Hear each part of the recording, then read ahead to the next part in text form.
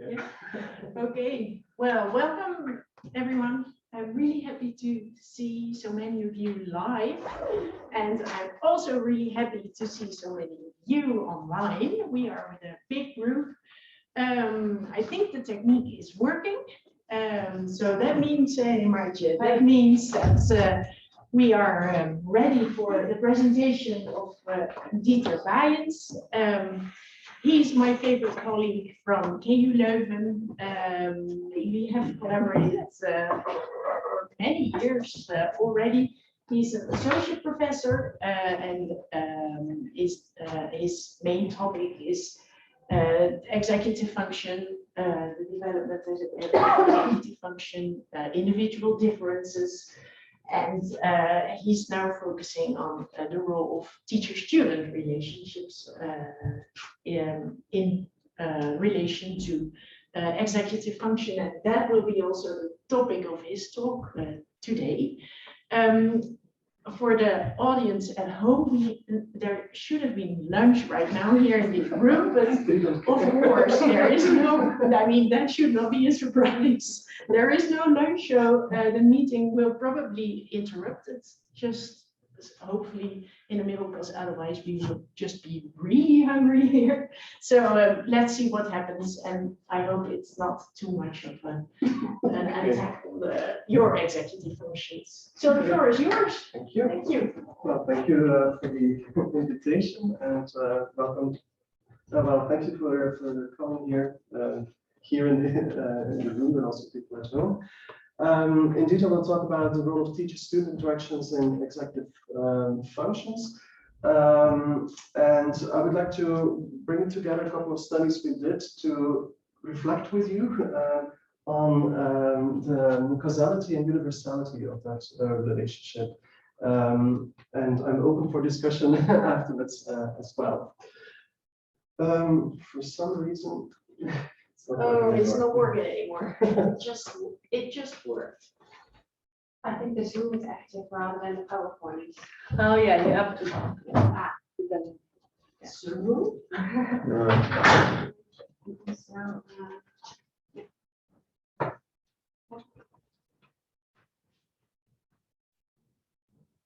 escape. If you press escape, then. does it work now? Yes. Yeah. Okay. Thank you. Well, I think in this group, one of the two concepts, executive function, is quite clear. I would observe this is the definition that Mariette gave to executive functions quite some years ago already, but everyone keeps referring to it, so it must have been a good job. Executive function as an umbrella term for various cognitive processes that are central to goal-directed behavior, especially in novel and demanding situations. And well, depending on how you want to operationalize it, you can distinguish the core executive functions, working memory, inhibition, and cognitive flexibility, that together then make up to for higher order EFs like reasoning, planning, and problem-solving skills. We know that EF is a very consistent predictor for well, various outcomes in life in the short term and the long term. For instance, academic performance, but also academic functioning, so the behavior of children in the classroom. And when you have EF problems, it could therefore also be a factor contributing to academic difficulties.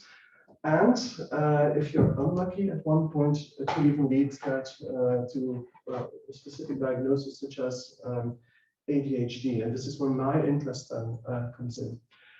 ADHD, we have been trying to intervene and treat ADHD in very different ways. And at one point, because other non-medical interventions were not so successful as one expected, we went back to one of the underlying mechanisms for ADHD, which theoretically at least makes sense to treat this condition, using EF training programs. And the general idea then is if you improve your EF, you will improve your academic performance and functioning, and it will lead to a reduction of ADHD symptomatology. And in theory, that sounds really good. But unfortunately, already in 2013, after the first, let's say, decade of EF interventions quite often offered in a clinical setting, computer-based interventions. Often Cogmet is a very well-known intervention. The conclusion back in the day was that it's possibly effective, but not an evidence-based intervention right at the time. So a lot of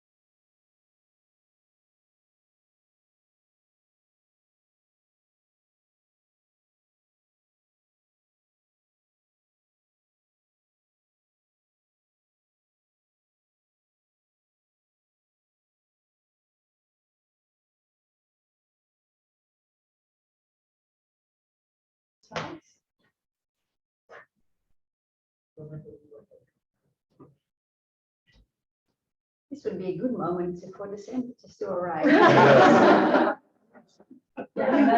So this is an extra. you know, can I sit this one out? I'm on the back of that one. That's the first one. Yeah.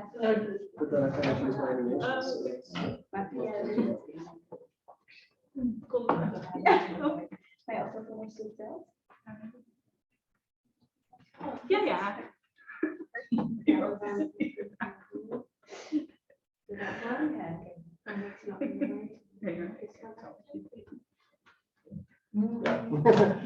And then a second reason why it doesn't work. These programs are not really selective. They don't really know why they put different subcomponents into these computer programs. You would think that it would target the main predictors in terms of subcomponents of working memory, of inhibition, for instance, but they usually just focus at well, at a random, I wouldn't say random, but it's always the usual suspects that they target without even knowing whether they're the best predictors.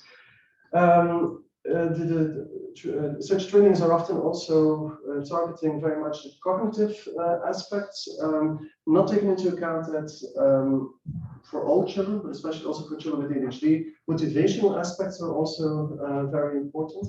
Making it very hard for them to actually complete these cognitive performances. For instance, Cogmet, 1 hour a day, 5 days a week, during 5 consecutive weeks, doing these exercises at home, and it's actually the parents that are coaching the children and are making promises of all sorts, Game Boys, trips to Euro Disney to make it happen.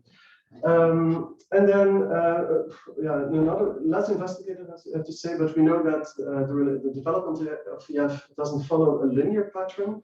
There are growth spurts, and we assume at least that during these growth spurts they are more susceptible for intervention, but also for stimulation from the context. That means two things. You should think about when to offer an intervention, but also on how to take the context into consideration here. Because of such findings, there has been a shift where you don't just offer these interventions anymore in a clinical setting, but try to actually implement it right and in a place where children most often use.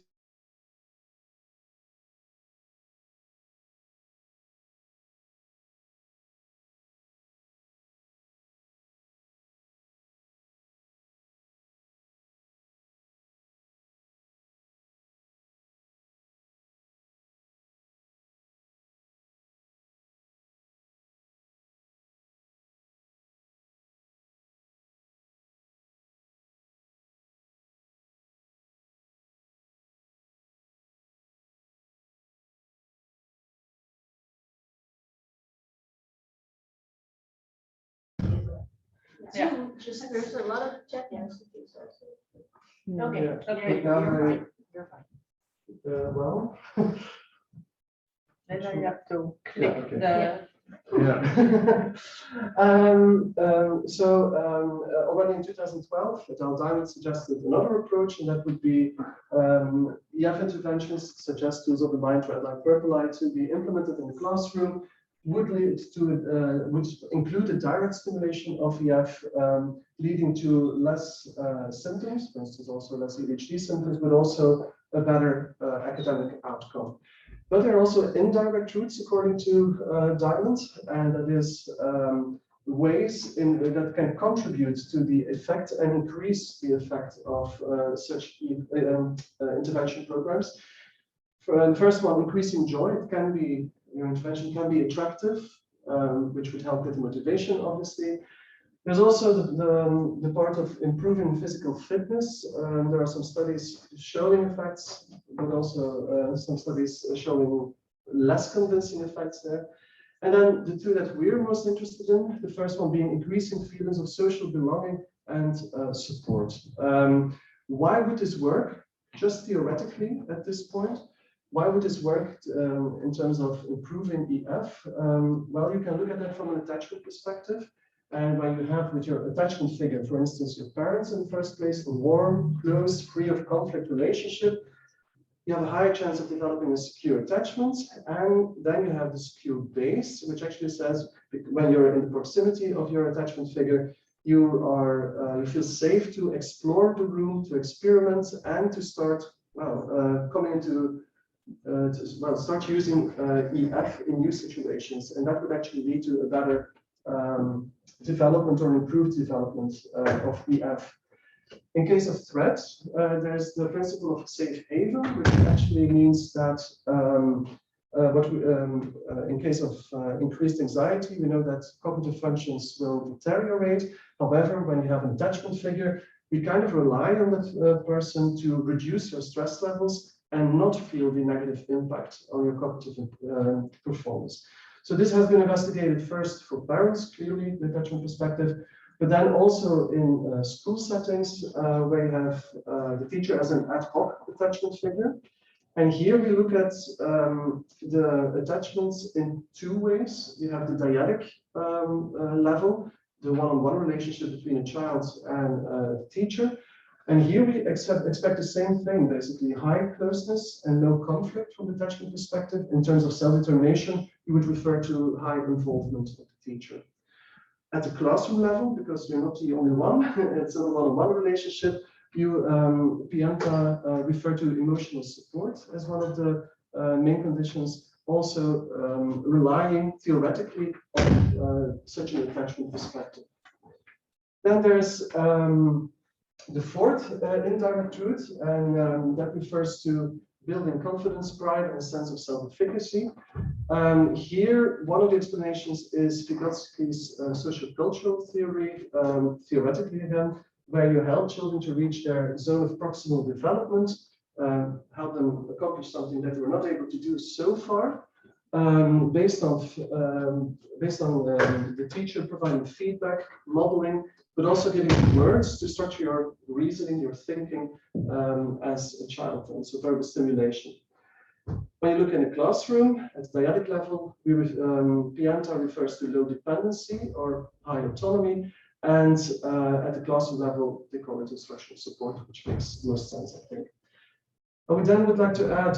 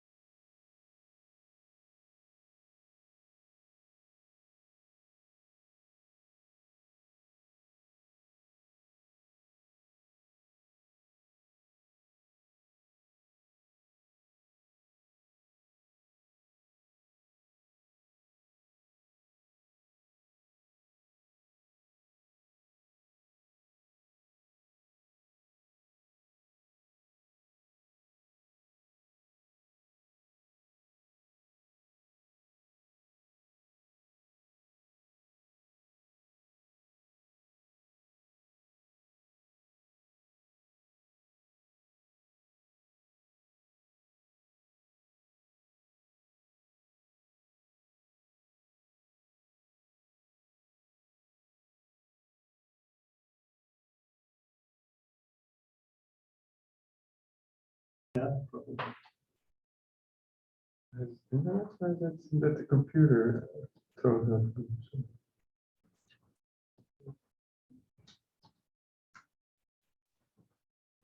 Sorry.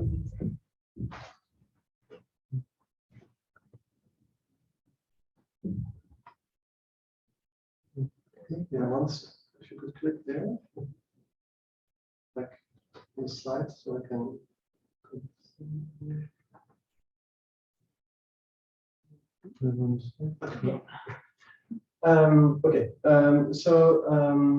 This is just a theoretical model, and now I come to empirical data. I already referred to how we look at EF, well, also in terms of adult diamonds, in fact. When I am referring to teacher-student interactions, I will be referring to the dyadic level, also sometimes referred to as teacher-student relationship in terms of closeness, conflict, and dependency. At the classroom level, emotional support, instructional support, and organizational support. And then the question is, if you have a model like this one, to what extent are we sure that these contextual factors indeed are related to EF development? And more, even when you take a look at publications, even when it's just a correlational approach, people are really tempted to talk in terms of causal relationships. So I would immediately try to investigate whether it's in fact not just a relationship, but a causal relationship between both concepts. And in order to make that possible, you have to, there are three conditions that have to be met. The condition of association, a change in TSI would be related to a change in EF. Time order is also an issue, where you should first have TSI changing and then seeing the presumed effect in EF. And then the biggest challenge, non-spuriousness.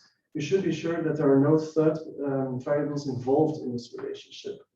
So let's start with the easiest one. The easiest one.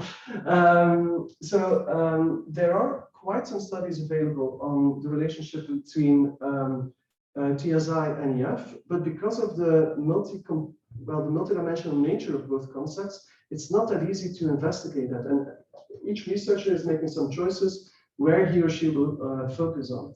So what I will present now are two meta-analyses that look at this relationship, but only take one aspect into a detailed account, while using a global measure, let's say, of the second one. So once I will now look at more a multidimensional approach of TSI in relation to F, and then the other way around, TSI related to EF in a multidimensional way.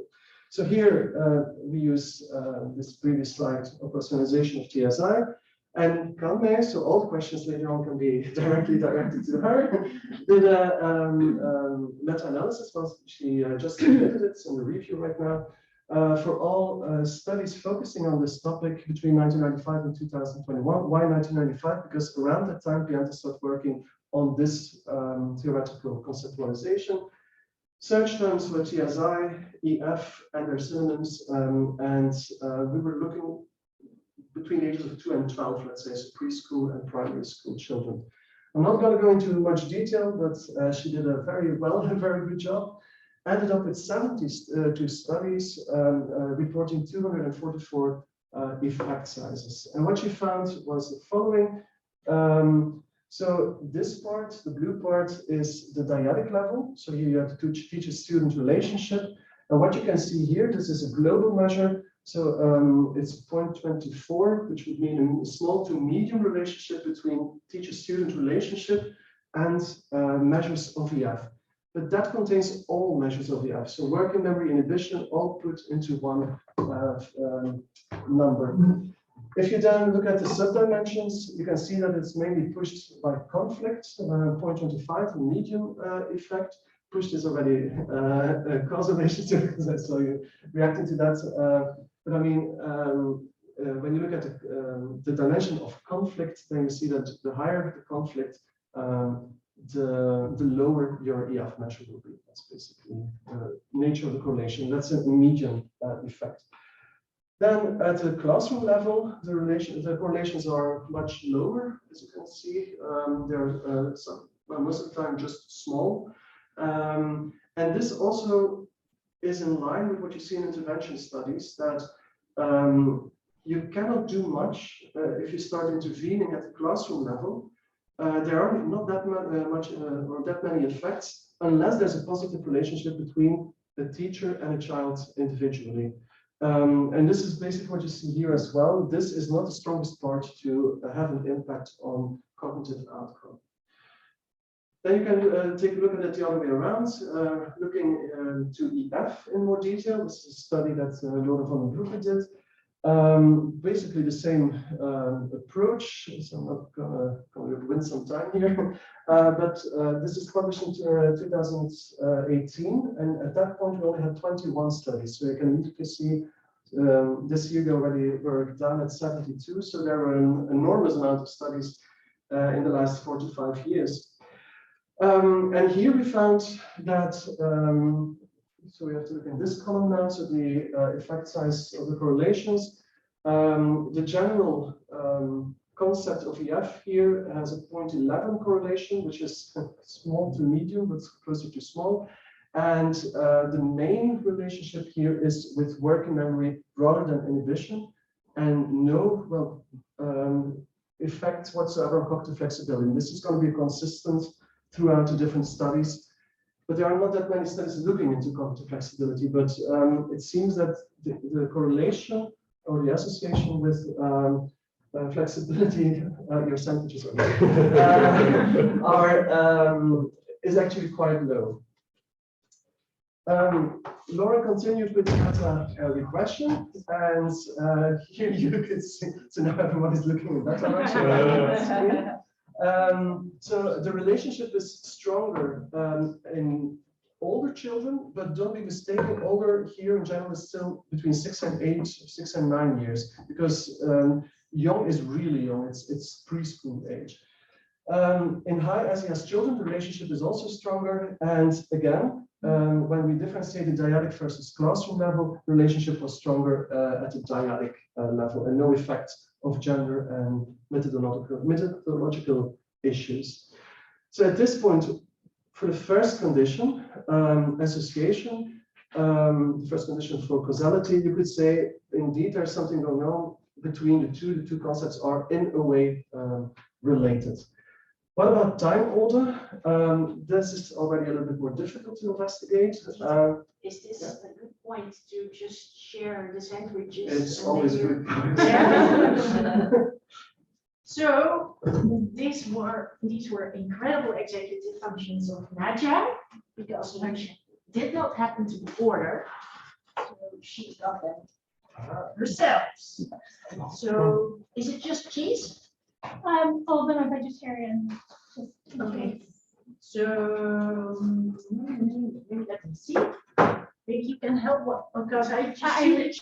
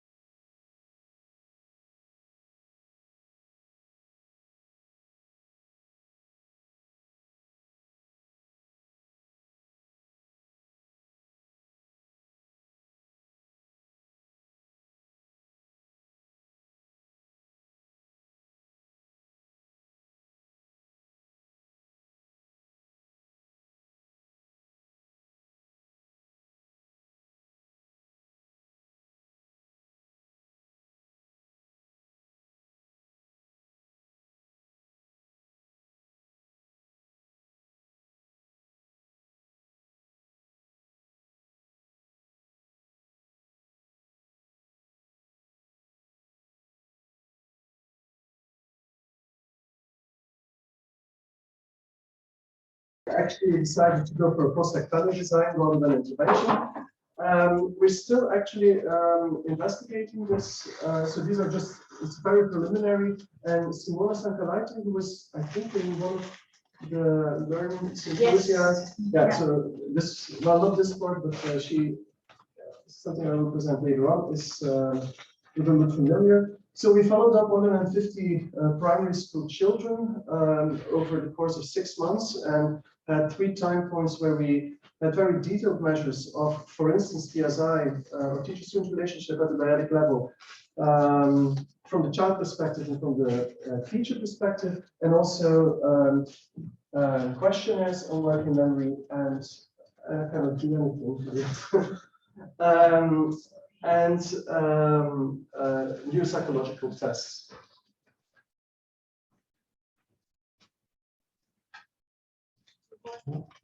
Yeah. Yes. So, in order to have time, when we checked the evolution over 6 months of our working memory outcomes, so this was between the first wave and 3 waves. So we made a correction basically for wave 3 data.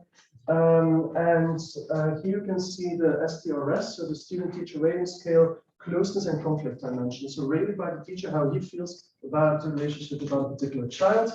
And the only one effect that we found here, significant correlation, was 0.27 between, so that meaning that the more conflict, in this case, it's briefed by the teacher, the more working memory related problems that are reported. That's the only one, not for the other outcomes.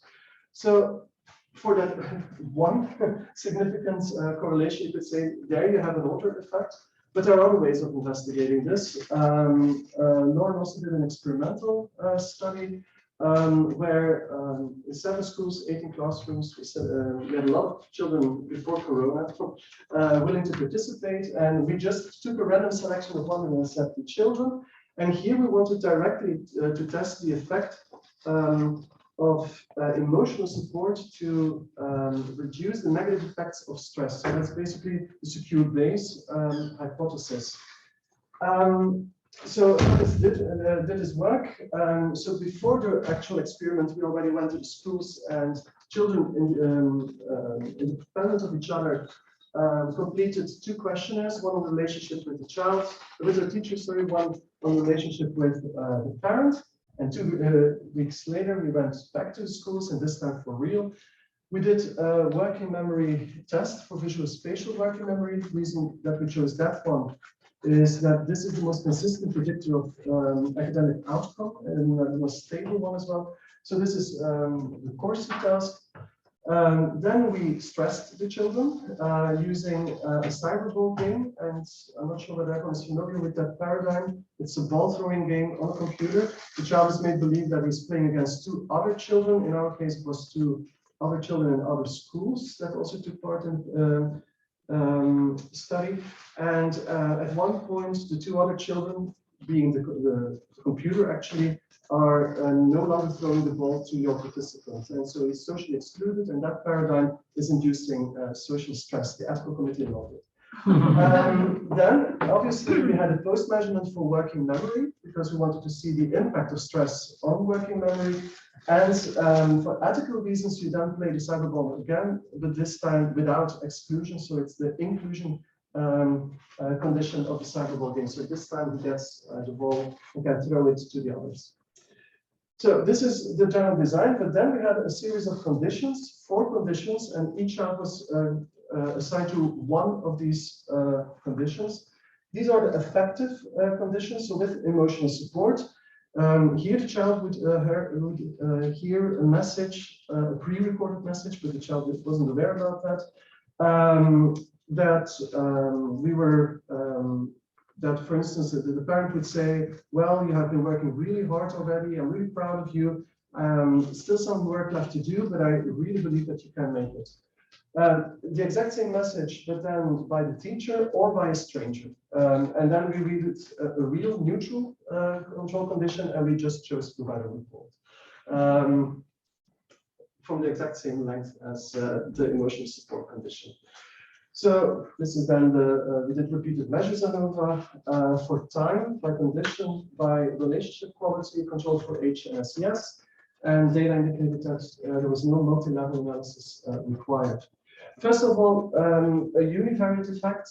We did indeed see a decline in working memory performance when you stress children. So this is in line with what you would think. Stress leads to a reduction in performance. But then we had also a significant three-way interaction. I will first present the data of children who on the questionnaire reported that they had a negative conflictuous relationship with their parents. We did a split half here based on the median, so it's not really conflictuous, but it's the lesser part, that's it. So what happened here? Nothing at pre-measurement, so the working memory performance was the same in all 4 conditions. But if the child, after being stressed out, here's emotional supportive message from their parents with whom they have a conflictuous relationship, their performance would deteriorate, which you would expect already from social anxiety. But parents didn't change it well. If you compare it with the stranger support, the performance is also going down, which we say to a lesser extent, it's not significant. So that doesn't seem to work. Blue is the weather report, so nothing is happening. But then, quite interestingly, the yellow line refers to the teacher support. So if you induce stress in a child, and even though that child has a conflictuous relationship with their parents, a supportive message by the teacher is able to overturn the negative effect of stress when they have a negative relationship with their parents. What about the other health? And that's no parent-child conflict. Well, absolutely nothing was found in these data. So this kind of shows that in a particular group of children, an emotional supportive message from teachers can overturn negative aspects in other relationships with attachment figures. But there is an order effect. There's a manipulation here. And then the third way to study this is intervention studies. Obviously, there's a time order effect. And this has already been presented here by Simona. So here we selected only this, doing a PhD in coronavirus means systematic reviews and meta-analyses. So we did our share as well. So this was a systematic review on all intervention studies where they manipulate teacher-student interaction in order to have an effect on executive function, or the more broad concept of self-regulation. And if you take a look at that, you could say these are causal studies. We only found 12 studies actually that clearly reported on this. again in the age range of 3 to 12 years. And what was the overall finding? This is something that Simona made, very colorful. But overall, so what we did see is that only 12 studies, effects ranged from no to large effects, but the majority of the studies indeed did show that when you manipulate TSI, it has an effect on your EF performance later on at the end of the intervention. You could also see that emotional support, classroom organization, and instructional support, so the 3 dimensions on the classroom level, do have positive effects on your EF or self-regulation outcome.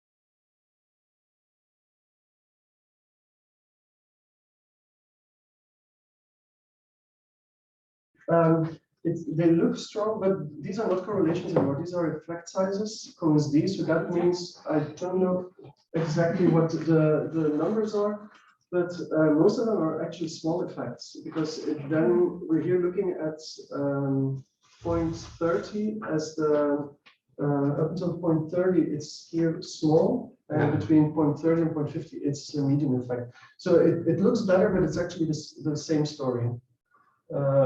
And this one is the odd one out, and it would actually go to medium to large. Yeah. So some of these studies were not there yet, but you kind of see a pattern where when you control the time order, that indeed you can see that variation in TSI would lead to or have a presumed effect on EF. But what about third variables that could have their impact on both TSI and EF?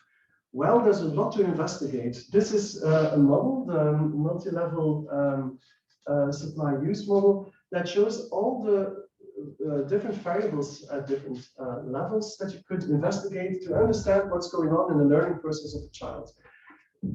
There are so many variables. I can assure you, some of them have never been investigated in the relationship that we are interested in. So there's still lots of work to do, and at this point we can say that all third variables are actually accounted for or controlled for at this point. It becomes even more complex. School is only one microsystem of the child. You also have clearly the family. You have also the exosystem, but also the macro system on an even higher level.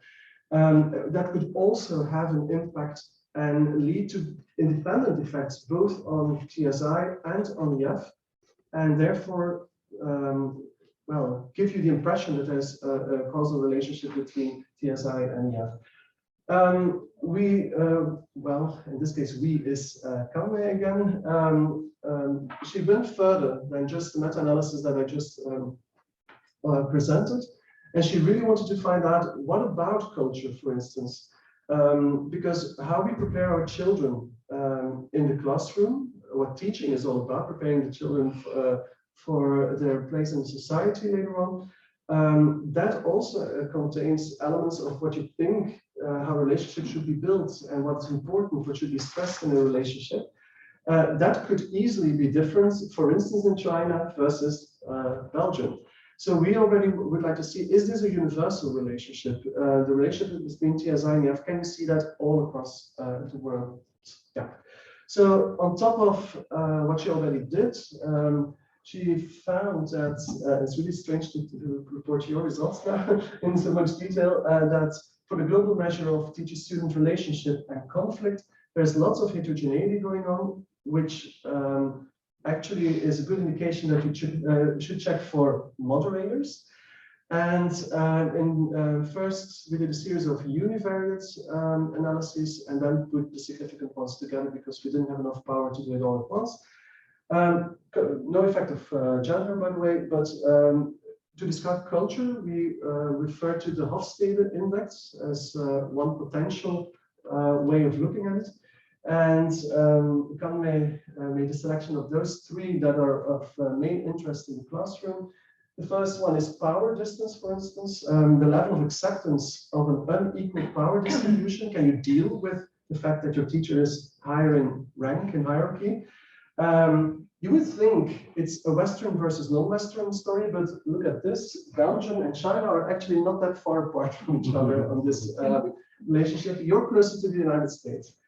Individualism versus collectivism. What do you put first in priority? The individual or looking for the importance and the benefit of the group? Well, here you have the more classical Western versus non-Western distribution. And then there's something going on in the Netherlands, masculinity versus femininity or agentic roles. I feel very nurtured and welcome here. So you see that defining a country or culture is a complex issue as well. And we had quite some diversity, but immediately I can say from the 72 studies, 43 were from the United States, but there are also reports from China, Japan, Chile, for instance, and also two from Belgium and the Netherlands. I also mentioned that. So, and what we found here is a significant effect of individualism. That is, the more collectivistic the culture, the stronger relationship would be between TSI and EF. But we have to continue for categorical moderators. Nothing going on here for age group and socioeconomic status, but we did find an effect for EF instrument type. And that made a distinction between how do you measure EF with a questionnaire, for instance, brief, or do you use neuropsychological tests? And here you can see a significant difference where the relationship is much stronger when you have questionnaire reports. So with these two significant findings, we then did a multiple moderator analysis, and that one, in that one, only the instrument type for EF survived. And when Kamei started looking more closely into the data, it was shown that in collectivistic cultures, they most often used questionnaires, and that kind of pushed the result that we just found. So basically, if you want to put that in words, a stronger TSI-EF relationship among studies using EF questionnaires compared to those using your psychological tasks, irrespective of culture. But at the same time, the association between TSI or TSR, depending on the level, and EF seems to be universal. So wherever you go, that effect remains consistent. So is there a causal relationship between TSI and EF? Well, it looks good if we do lots more research, but there are many questions to be answered in terms of non-spuriousness. I just want to finish by saying what we still want to do. We're very confident that we're controlling the pandemic right now. So we started off by selecting TSI strategies that could have an effect on EF. That was our systematic review. We're now in the middle of doing micro-trials. And micro-trials are basically small-scale experiments where you not expect the full effect, in our case, of working memory to come about, but just to investigate whether a strategy can lead to change in your outcome variable. So what we did was building on the systematic review, we used the distillation and matching method. Sounds more fancy than it is. And we selected the most likely candidates that are pushing the effect in interventions into the three categories that I already previously referred to.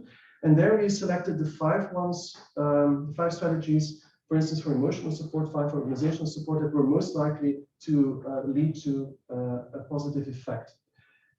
Each support strategy is then tested in a micro trial, and then we will build on that, taking only the significant ones out and do single case design to also check for spillover and odor effects in order to come to an effective but also the most lenient intervention that you can think of. Because, for instance, tools of the mind have good effects, but it's a very long intervention and developed actually for schools in the Headspace project in the United States. We don't have that in Belgium. I don't think we have that to the same extent here.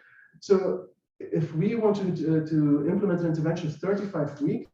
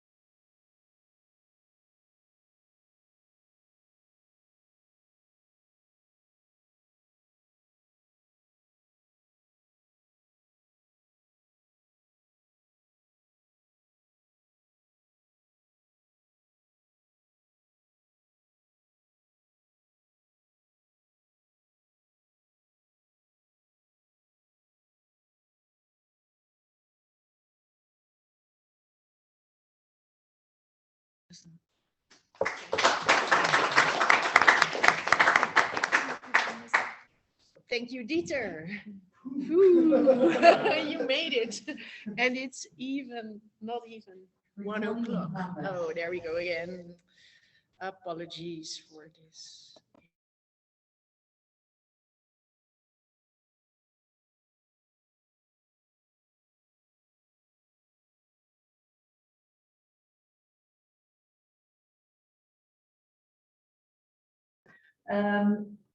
So what kind of mechanisms are you thinking of? Do you think that you're, by training, for example, executive functions, it's really through this route that's executive functions making working memory better, and that would have an impact of how are you thinking about this?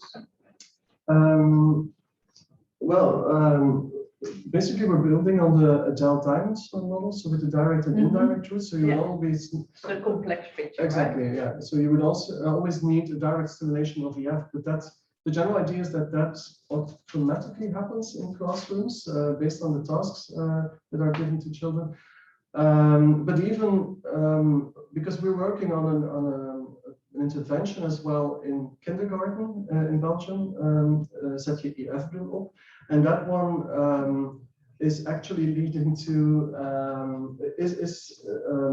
giving an overview of which direct stimulation you could give, but also in play, because a lot of games are actually also good ways to stimulate children cognitively.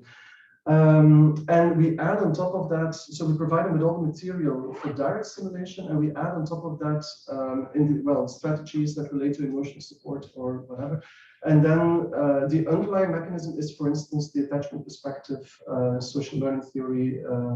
So that would be the mechanism explaining why on top of direct stimulation is basically building the optimal learning context in which EF stimulation can have its effect. That's what I believe. And where would the transfer come from? Because then you're very nicely built, well, the whole context, which is optimal for learning. Yeah. And so how are you thinking about transfer in this context? Well, transfer in the classroom EF intervention programs is not as big as a problem as it is in clinical settings, and probably because in cases of instructional support, you learn children more a methodological approach or a systematic approach to deal with problems, irrespective of the problem at hand.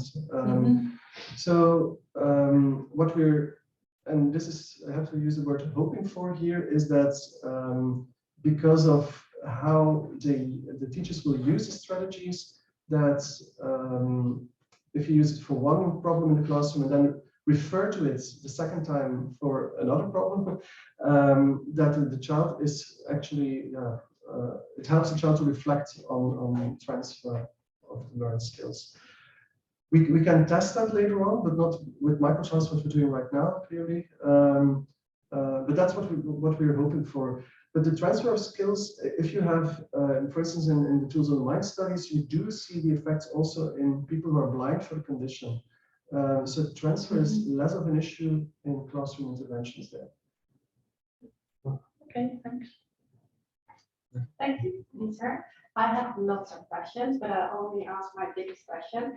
So I appreciate that you think about causality. I also really like to think about causality and the different steps that you take and triangulations of different designs to get an answer to your big question.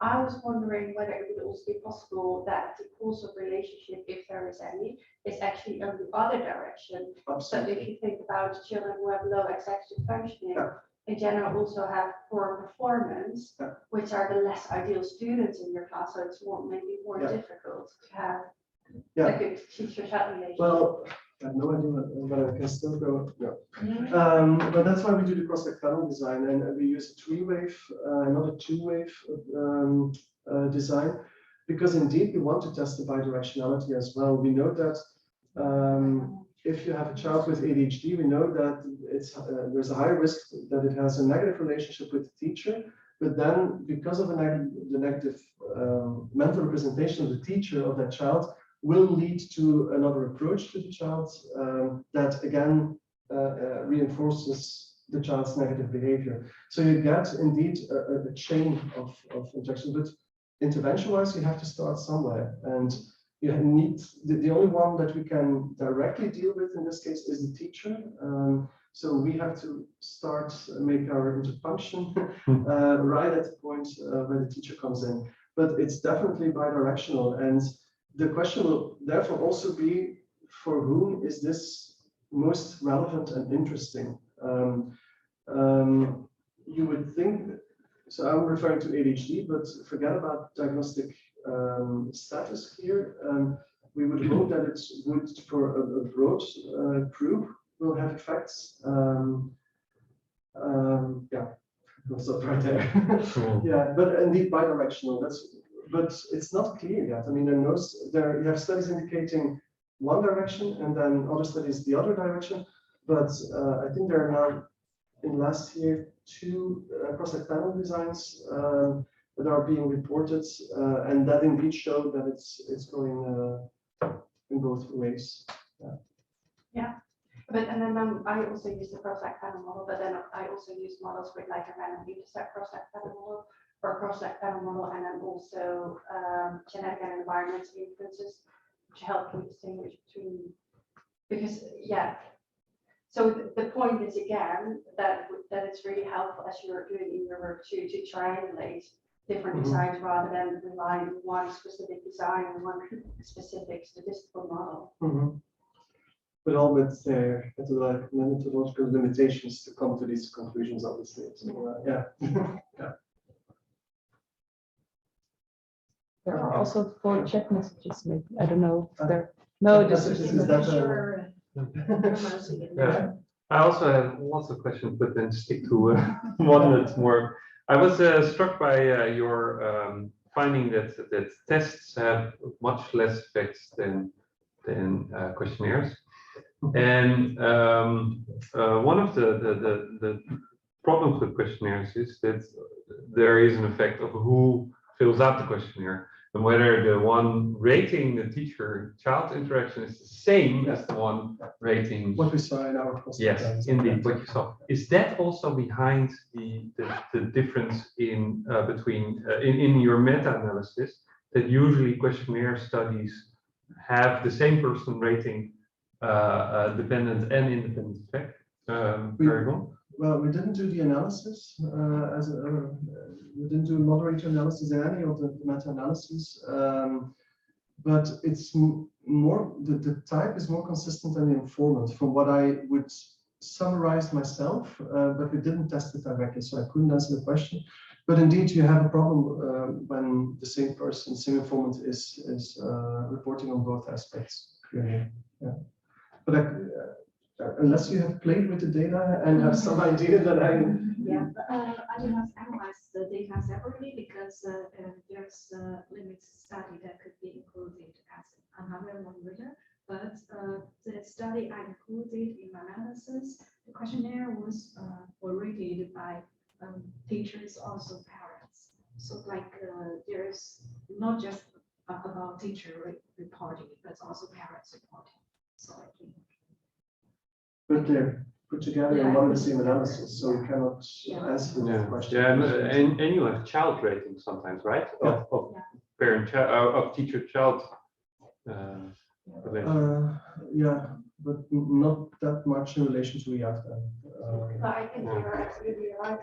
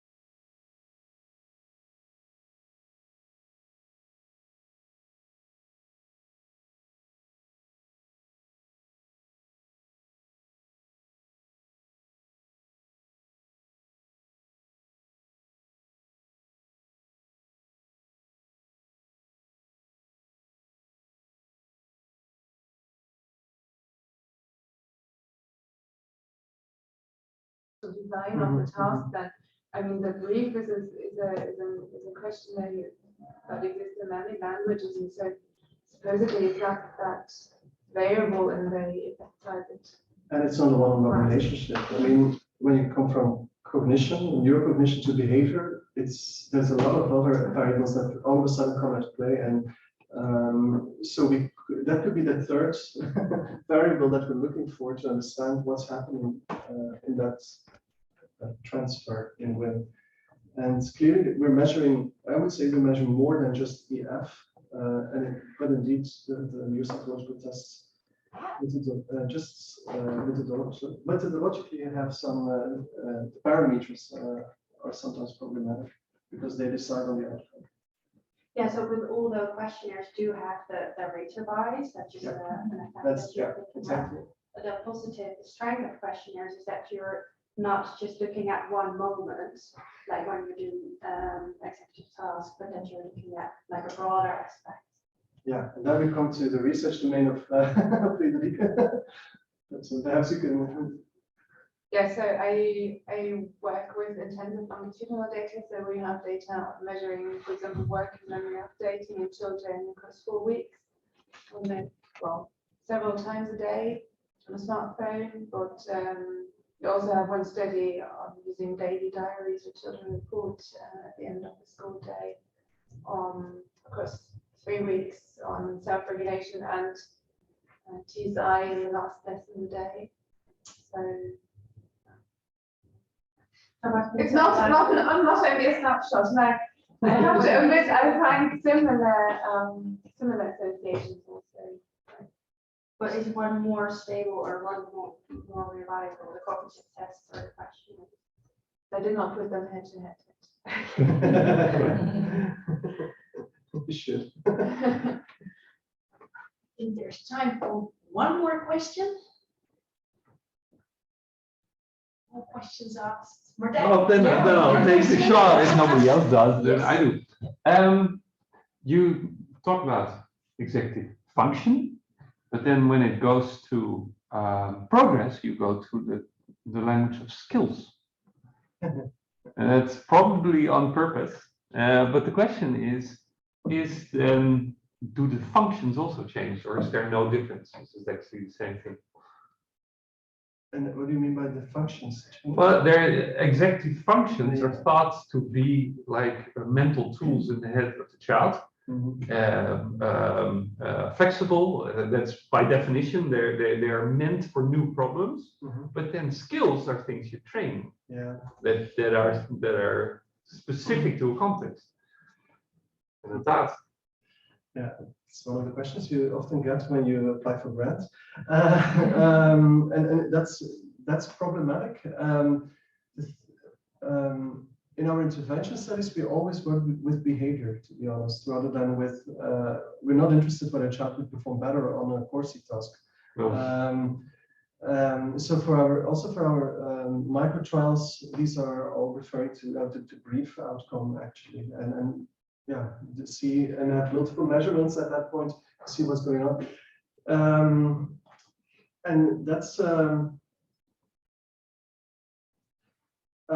The function would assume that it's 100% intrinsic to the child. Yeah. The behavior could also rely on the fact that you have your teacher ad hoc attachment figure, whatever theory you're going to use. You're not stressed, you know what to do. Exactly. Yeah. And then the question will be, is that the beginning of a process that will affect you on a more fundamental level or not? And I think we're closer to some other people's research than at that point, but not mine anymore. But that's a difficult one as well. Yeah. Because when I was, we pre-registered our microtrials, well, a couple of weeks ago, and I was actually thinking, as a behavioral therapist, this is basically what a behavioral therapist is also doing, analyzing the behavior, antecedent consequence, and then see what the teacher can actually do with the behavior. And that's why at that point we actually also talk working memory related behavior rather than working memory. That's a tough one. The interventions focus on behavior. I think that's then you would call it. I would call it skills. Yeah, I sympathize. But there's also all these programs to teach executive functions basically fail, but we know they develop. So there's kind of a puzzle there that's not solved. Yeah. But also, we're not going to solve it either with the work that we're doing, unfortunately. Okay, thank you, Dieter, for a very interesting talk and a lot of cognitive flexibility. This was actually a stress test. Who needs a cyberball game? Thank you.